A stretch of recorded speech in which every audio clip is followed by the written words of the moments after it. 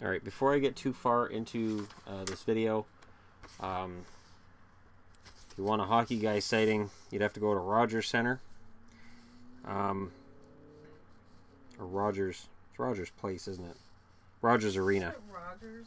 Rogers Arena. Nobody knows what Rogers is. I know, but if I say the wrong Rogers, then it's the Edmonton Rogers. Because Edmonton is Rogers too. It's Rogers Place. And then there's another dude, Rogers. You have Rogers in Toronto. That's like the old Sky Dome is Rogers. The Vancouver Rogers. We're going to be there on June 24th watching WWE. She has never watched wrestling. She can't. She doesn't like guys hitting each other. So this is going to be great. This is going to be awesome. I highly recommend. This is going to be fun. I got the $20 tickets because the difference between the $20 ticket and the $40 ticket, it's not worth talking about, really. I was like, it's the same section, just 10 rows further down. I'll just get the $20 ticket. I was expecting something better than that, but screw that. I'll sit further up. I can see. Now, talking about things I can see. Last night watching CBC and listening to Elliot Friedman talk about Chris Tanev. And, of course, not everybody here watches the Hockey Night in Canada feed. There are Americans on my channel, so I'll discuss what he discussed. Basically, the asking price the Canucks have for Tanev right now is really high.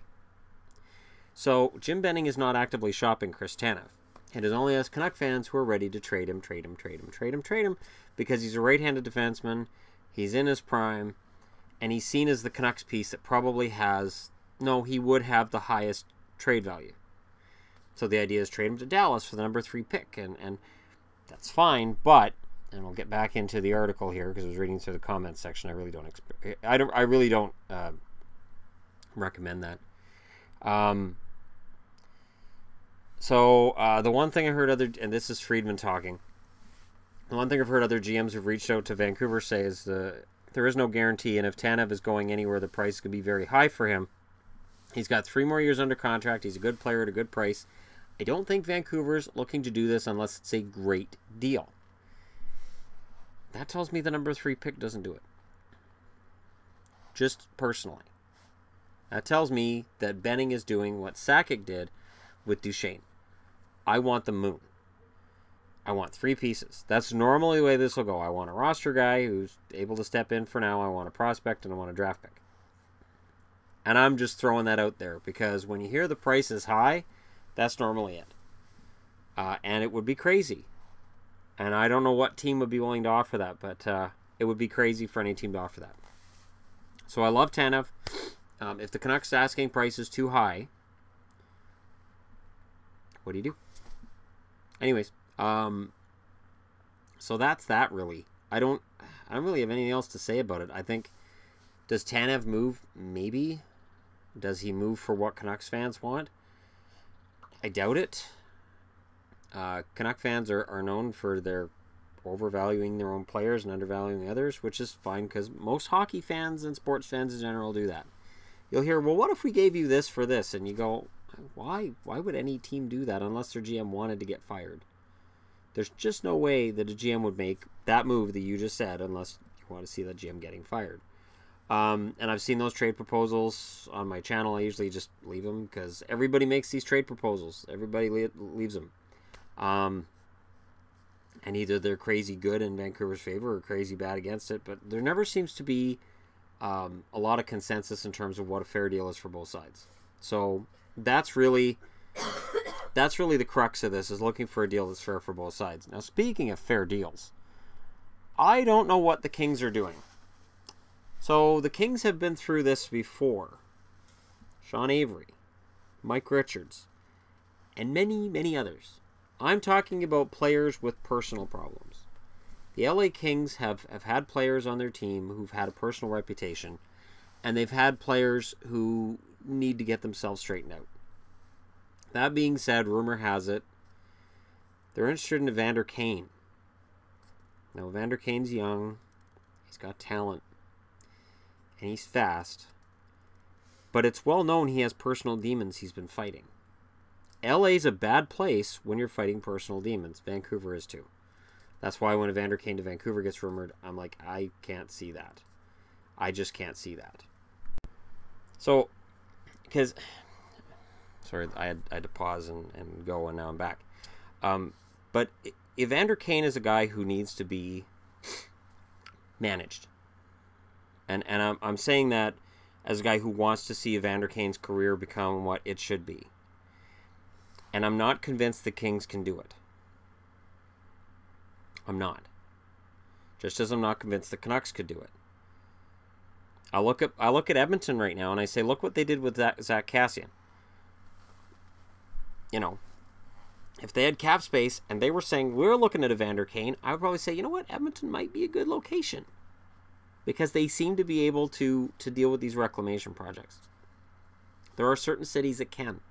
But, as was pointed out on the article that I read here on Sportsnet, if he has problems in Winnipeg and Buffalo with conduct, LA? Winnipeg is the smallest market. And Buffalo is not a major American market. Not in the New York, Chicago, LA phase kind of thing. And I have my doubts. And the other problem is this. The Kings, yeah, they need an influx of talent.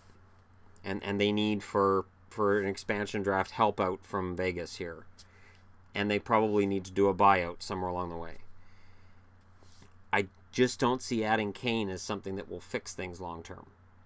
And you're looking for a long-term fix if you're the Kings.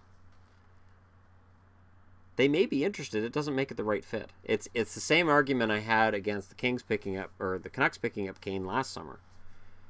And apparently they're still interested in Evander Kane too.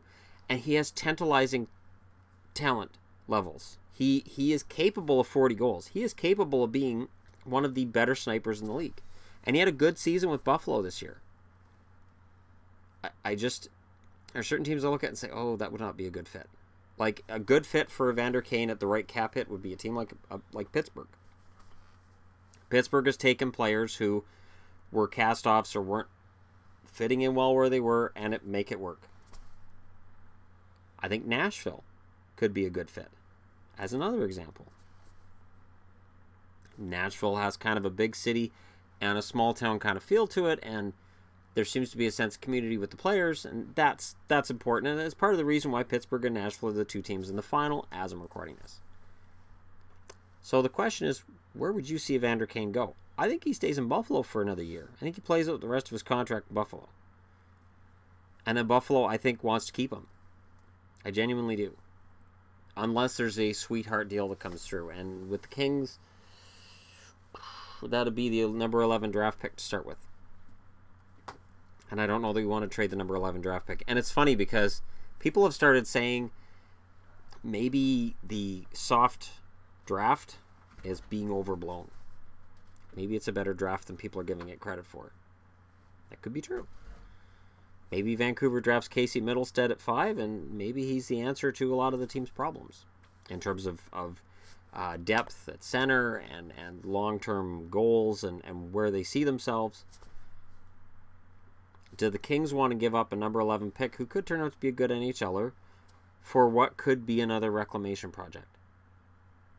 You know, Jeff Carter worked. Jeff Carter's been a very solid LA Kings player for years. Richards not so much. There's a lot of things at play here, and you've got to make the right moves. If you feel like you're that close to being in the playoffs, and I can see why the Kings would feel that way. I can see why the Kings wouldn't feel like they need a rebuild, like they're close. I can see why they'd feel that way. What do you think? Does it work? Does it work on any level? Am I crazy? Is Tanev worth 3 large pieces?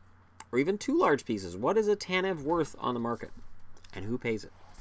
Let me know what you think. Hit like and subscribe if you're just browsing around the internet and you just came across my channel. And thank you very much for watching. I'll talk to you again tomorrow.